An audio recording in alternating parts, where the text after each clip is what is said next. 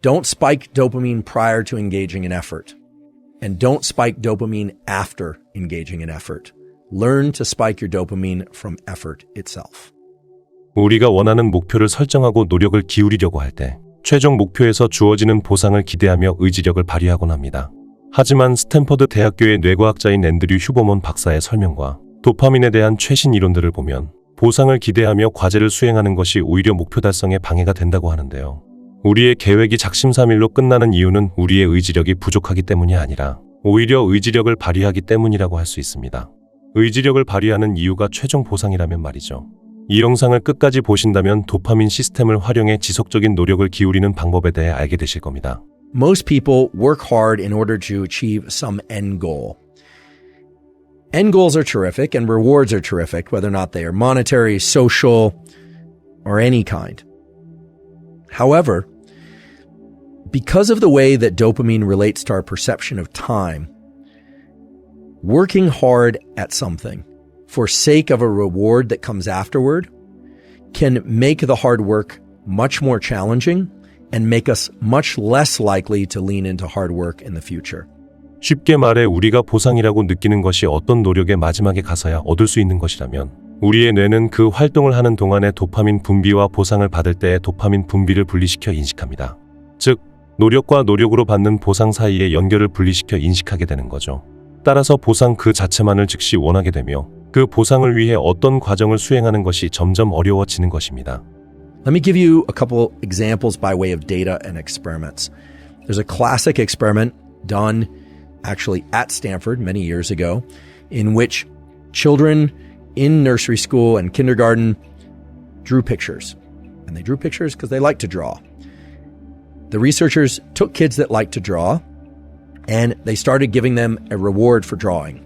The reward generally was a gold star or something that a young child would find rewarding. Then they stopped giving them the gold star. And what they found is the children had a much lower tendency to draw on their own. No reward. Now, remember, this was an activity that prior to receiving a reward, the children intrinsically enjoyed and selected to do. No one was telling them to draw. 또한 아이들에게 보상으로 금색별을 주는 것을 중단하지 않았더라도 아이들은 점차 그림 그리기에 흥미를 잃게 될 것입니다. 그 이유는 예상 가능한 자극에 잘 반응하지 않는 도파민 시스템의 특성 때문입니다. 아이들은 금색별이라는 보상이 생겼을 때 처음 한두 번은 금색별을 기대하며 그림 그리는 행위 중 도파민 시스템이 작동하겠지만 시간이 갈수록 그림에 대한 금색별 보상을 당연하게 여기게 되며 더 이상 보상에 대한 기대나 보상 그 자체로는 그림 그리는 행동을 지속할 수 없게 될 것입니다. 오히려 도파민은 당연한 보상보다는 서프라이즈에 더 크게 반응합니다. 받을 걸 이미 알고 있었던 선물을 받았을 때보다 전혀 예상하지 못한 선물이 더 기쁜 것처럼요. 그럼 어떻게 해야 도파민을 효과적으로 활용할 수 있을까요?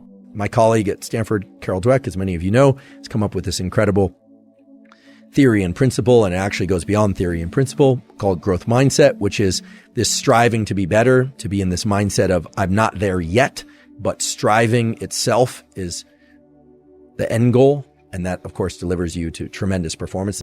노력 자체를 최종 목표로 하는 마인드셋을 가지는 것은 누구나 노력하면 할 수 있는 일이지만 쉬운 일은 아니라는 말과 함께 그 이유와 몇 가지 팁도 전합니다.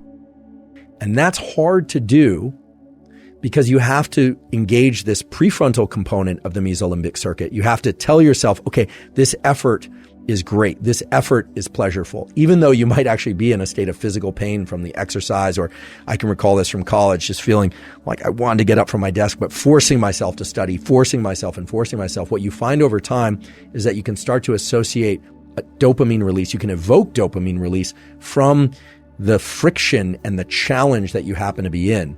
도파민은 살아갈 의욕과 흥미를 부여하는 신경 전달 물질입니다. 우리가 더 열심히 일하게 만들고 더 집중하게 하기도 하죠. 또한 뭔가를 하겠다고 결심하거나 의욕을 느끼게 해주기도 하며 분비될수록 쾌락을 느끼고 두뇌 활동이 증가합니다. 그리고 학습이나 작업의 속도와 정확도를 올려주고 인내력과 끈기도 향상시킵니다. If you were able to access dopamine while in effort, dopamine has all these incredible properties of increasing the amount of energy in our body and in our mind, our ability to focus by way of dopamine's conversion into epinephrine. So how do you do this? You do this in those moments of the most intense friction.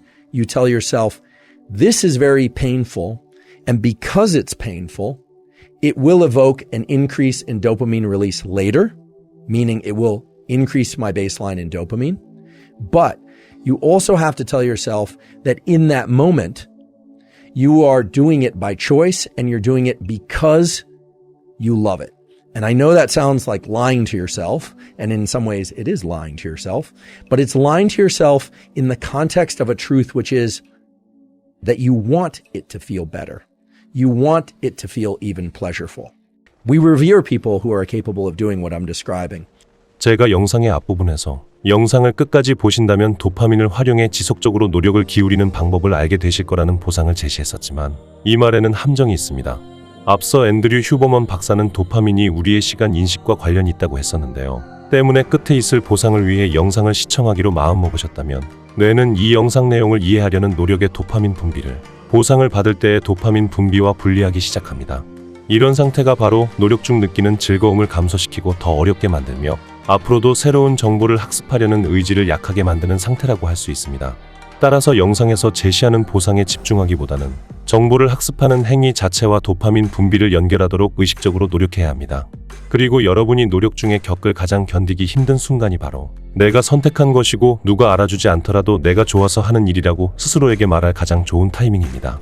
그러면 곧 노력 자체를 보상으로 느껴 도파민을 끌어낼 수 있게 되고 몸과 마음의 에너지를 증폭시켜 그 과정을 통과해 당신을 성과로 이끌어 줄 것입니다. Don't spike dopamine prior to engaging in effort. And don't spike dopamine after engaging in effort. Learn to spike your dopamine from effort itself. 저도 가끔 스스로 선택한 일을 하며 힘든 구간이 오면 미간을 찌푸리는 것을 스스로 자각하곤 하는데요. 그럴 때마다 의식적으로 입꼬리를 올리며 재밌다 또는 좋다라는 말을 반복해서 소리내 말하곤 합니다. 목표를 향해 가며 겪는 모든 과정을 사랑하게 되는 것. 이것이 바로 더 이상 동기부여가 필요 없는 상태입니다.